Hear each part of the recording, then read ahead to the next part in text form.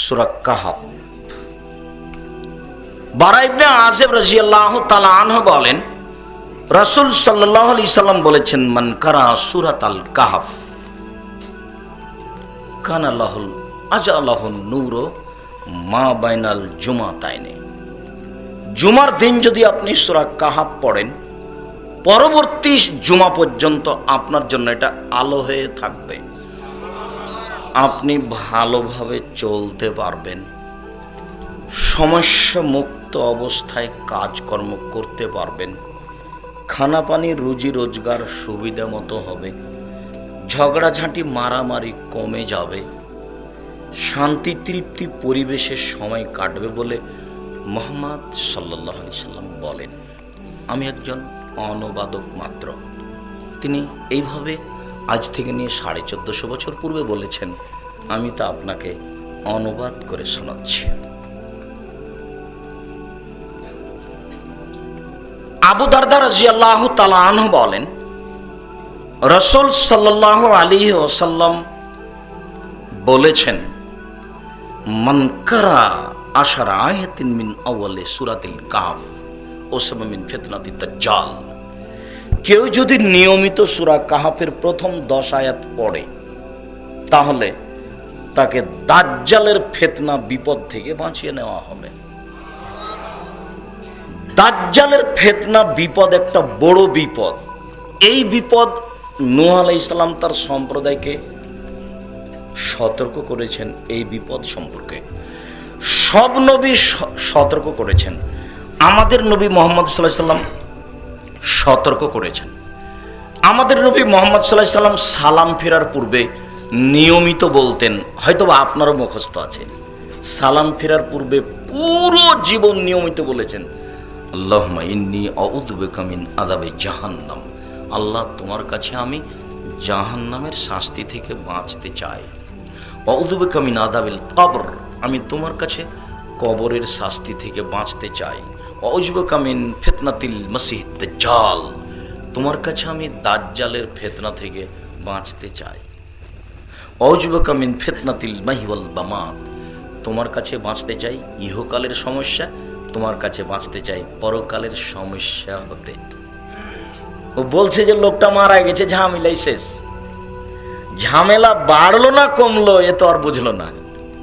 আপনাদের কবি কোন কবি মারা গেছে, তা আপনারা বলছেন যে ফুল দেওয়ার কবরটাকে সিক্ত করলো। কত বোকা মানুষ! ওপরে ফুল দিয়ে কবরে সিক্ত হয়, মানে বুদ্ধি কমতে কমতে পেশাব পায়খানা হয়ে গেছে। আচ্ছা, ও তো পরকালের হিসেব। আমি মুসলিম, আপনি মুসলিম হিসাবে মেনে নিয়েছেন যে কবরে ভালো মন্দ আছে। কবর বলতে বাড়ির পিছনে 2.5-3 হাত গর্তের নাম কবর নয়। কবর বলতে কবরস্থানের একটা গর্তের নাম কবর নয়। যদি কবরই কবর হয়, তাহলে যাকে বাঘে খেলো তার কবর কোথায়? কবরই যদি কবর হয়, তাহলে যে পানিতে ডুবে গেল, হারিয়ে গেল, তার কবর কোথায়? কবরই যদি কবর হয়, যে আগুনে জ্বলে গেল, তার কোনো ছায়াও নাই, তাহলে তার কবর কোথায়? জি না, কবর বলতে মরার পর থেকে নিয়ে বিচারের দিন পর্যন্ত একটা দীর্ঘ সময়ের নাম কবর। এইখানে তার আত্মাকে ভালোভাবে রাখা হবে, নইলে খারাপভাবে রাখা হবে। কবরের শাস্তি স্বপ্নের মতো। আপনি এখানে বসে আছেন আর আপনার এক ভাই শুয়ে আছে, আপনি বসে কথা বলছেন, চট করে আপনার ভাই দেখছেন খুব চিল্লাচিল্লি করছে যে সাপ সাপ আমাকে দংশন করছে।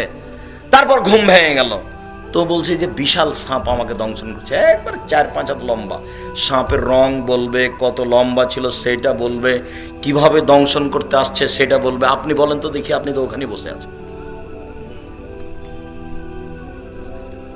কষ্ট ঠিকই পাচ্ছে, এরই নাম কবর। সম্মানিত দিনী ভাই, বলছিলাম রাসূল সাল্লাল্লাহু আলাইহি সাল্লাম ইহকালের ফিতনা পরকালের ফিতনা হতে বাঁচতে চাইতেন। শেষের বাক্যে বলছেন, আউযু বিকা মিনাল মাসামি ওয়াল মাগরাম, তোমার কাছে বাঁচতে চাই বড় পাপ হতে, তোমার কাছে বাঁচতে চাই ঋণ কর্য হতে, তোমার কাছে বাঁচতে চাই বড় পাপ হতে, তোমার কাছে বাঁচতে চাই ঋণ কর্য হতে। ভুলেও ঋণ নিয়ে ব্যবসা বাণিজ্য বাড়ি গাড়ি করবেন না।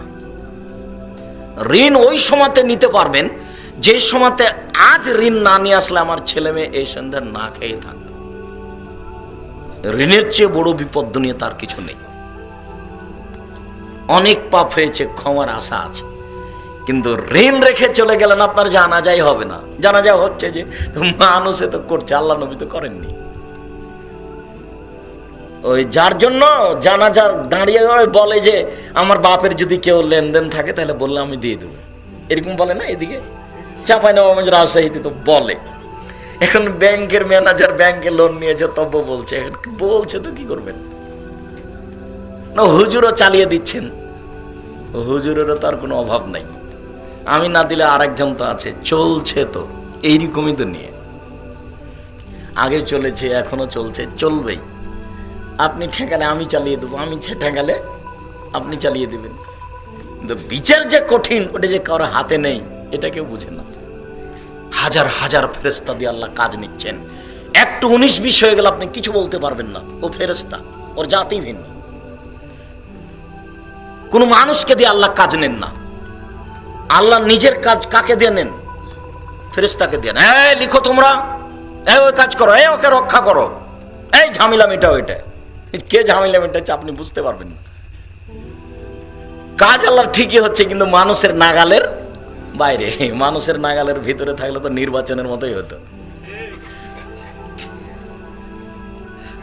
কেউ একটু বুঝতে চায় না। আল্লাহ রাসূল বলছেন, আমি তোমার কাছে বাঁচতে চাই ঋণ কর্য হতে। ঋণ হলে জানাজাই হবে না। যার জন্য আপনাকে আমি ব্যবসা করতে বলেছি, চকলেট থেকে ঋণ করা লাগবে না। আচ্ছা, 50 টাকার চকলেট কিনেছে, সারাদিন বিক্রি করছে, ঋণ করা লাগবে?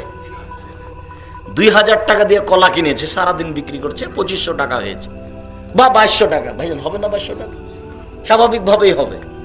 2300-2500 টাকা হতে পারে, 3000 টাকা হতে পারে। তো এইখানে কি ঋণ নেওয়া লাগবে? তো টাকা পয়সা ব্যবসা করেই করতে হবে। সময় লাগবে, 25 বছর লাগবে, 30 বছর লাগবে। আপনি হিরোইন কিনলেন, কলকাতায় ঢাকায় বিক্রি করলেন, স্বপ্নে দেখলেন অনেক টাকা, তো এইটা তো হবে না। এইভাবে ব্যবসা হবে না। এরকম ঋণ নিয়ে ব্যবসা করতে হবে না, ভুল বুঝেছেন। ব্যবসা ভালো কাজ, ব্যবসা করে খান, ছোট্ট ব্যবসা থেকে শুরু করেন। কথা একটু এখানে চলে আসলো বেশি। সম্মানিত দিনী ভাই বোন, সূরা কাহফ, উসাইদ ইবনে হুযাইর রাদিয়াল্লাহু তাআলা আনহু একদা কোরআন মাজিদ পড়ছিলেন। ওয়া ইনদাহু ফারাসুন মারবুতাতুন বিশাতানাইনে, তার পাশে একটি ঘোড়া ছিল, 2টি রশি দিয়ে বাঁধা। তার পাশে তার ছেলে এহিয়ে ছিল। ফাতাগাশাতহু শাহাবাতুন, হঠাৎ তাকে মেঘখণ্ড ঘিরে নিল। ফাজালাত তাদনু ওয়া তাদনু, মেঘখণ্ড ঘনিয়ে আসে আর আসে, মেঘখণ্ড ঘনিয়ে আসে আর আসে।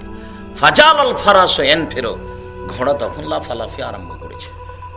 দেখিয়ে তো আমার বাচ্চার উপরে উঠে যাবে। পড়া বন্ধ করেছেন, ঘোড়া থেমে গেছে।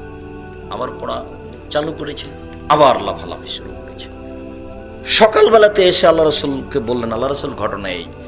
তখন আল্লাহ রাসূল বলছেন, শোনো, তিলকা সাকিনা তানাজ্জালাত বিল কোরআনে, এইটা হচ্ছে আল্লাহর পক্ষ থেকে নিরাপত্তা। তোমার কোরআন মাজিদ পড়ার কারণে এটা অবতীর্ণ হচ্ছিল। কোরআন মাজিদ পড়লে বাড়িতে শান্তি নেমে আসে, নিরাপত্তা নেমে আসে, ক্ষতি দূর হয়ে যায়। নিয়মিত পড়তে হবে। আপনার একটা কোরআন থাকবে, আপনার স্ত্রীর একটা থাকবে, আপনার ছেলের একটা থাকবে, আপনার মেয়ের একটা থাকবে।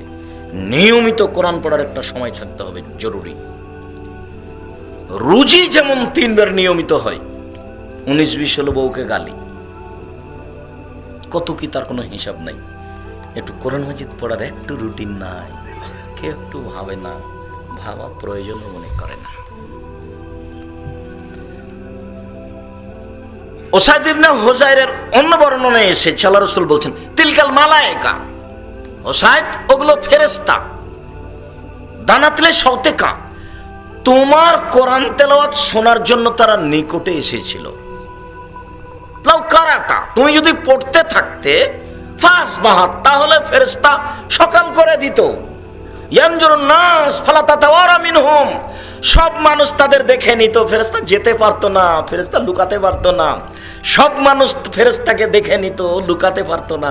তুমি কেন পড়তে থাকলে না হুজাইর, তুমি কেন পড়তে থাকলে না? হাদিস বুখারী মুসলিম।